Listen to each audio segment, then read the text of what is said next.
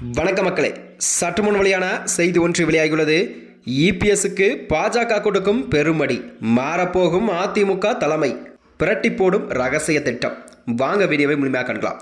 அதாவது அதிமுக பாஜக கூட்டணி வைத்துதான் தற்போது எடப்பாடி பழனிசாமி அவர்கள் மிகவும் சவாலாக உள்ளது.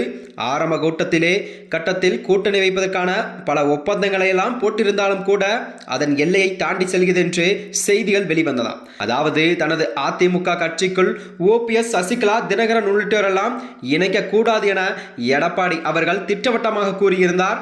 அது ரீதியாகத்தான் என்னிடம் வற்புறுத்தும் கூடாது எனவும் தெரிவித்திருந்தாராம். ஆனால் பாஜக நிர்வாகிகளோ சமீபத்தில் அளிக்கும் பேட்டியில் கூடிய விரைவில் டிடிவி தினகரன் இணைவார், இது ரீதியாக எடப்பாடியே கூறுவார் எனவும் தெரிவித்துள்ளனர். இப்படி அதிமுகவின் தலையீடு இல்லாமல் பாஜக முடிவை மட்டுமே நம்பி அதிமுக செயல்படுகிறது என்றும் செய்திகள் வெளிவந்தன. அது மட்டுமன்றி உச்சகட்ட கொந்தளிப்பை ஏற்படுத்துகிறது. அதே போலதான் கூட்டணி ஆட்சி முறைதான், அதிலும் பாஜக தான் அதன் செயல் தலைவர் என்பது போல் கூறி வருகிறார்களாம். இதனையெல்லாம் எடப்பாடி முழுமையாக எதிர்த்துள்ளார். இவ்வாறு தனது கூட்டணி கோட்பாடுகளை உடைக்கும் பாஜகவுடன் நீண்ட நாள் பயணம் தொடருமா என்ற குழப்பத்தில் எடப்பாடி பழனிசாமி உள்ளார் என்று செய்திகள் வெளியிருந்தன.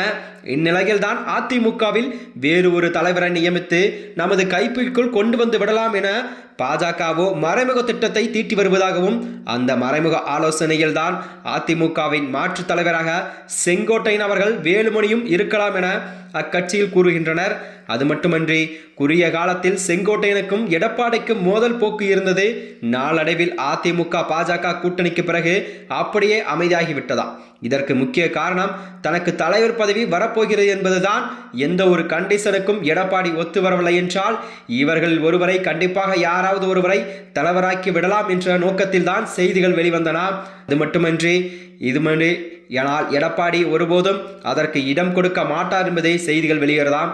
அது மட்டுமின்றி இதுவே கட்சியிலிருந்து வெளியேற்றப்பட்ட அன்வராஜா கூட சமயத்தில் அளித்த பேட்டியில் 2026 தேர்தலுக்கு பிறகு கட்டாய முதல்வர் வாய்ப்பானது செங்கோட்டையன் அல்லது வேலுமணிக்கு செல்லும் என்று குறிப்பிட்டிருந்தார்.